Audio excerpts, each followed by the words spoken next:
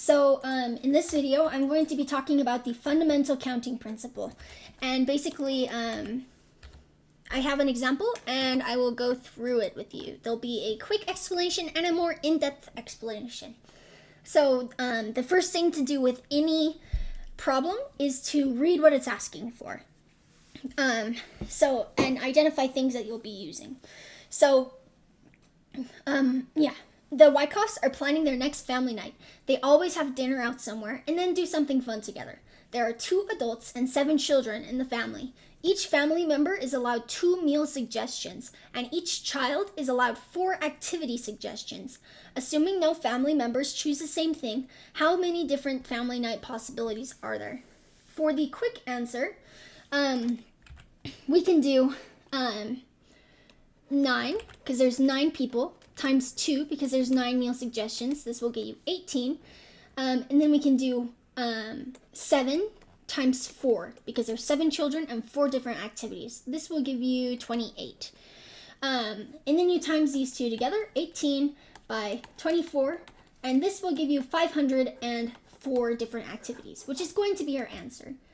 For the more in-depth answer that we have, we will be using our fundamental counting principle, which basically states that if there is P ways to do one thing and Q thinks ways to do another thing, that means that there are P times Q ways to, combination, ways to do both things. So for example, say you have I'm reading this from Google, by the way. Say you have 3 shirts and 4 pairs of pants. That means that you have 3 times 4 different combinations that you could have, which is equal to 12. So let's say A, B, C, D, E, F, G. A, D, A, E, A, F, A, G. B, D, B, E, B, F, B, G, C, D, C, E, C, F, and C, G, which will equal to 12. That's just a different example.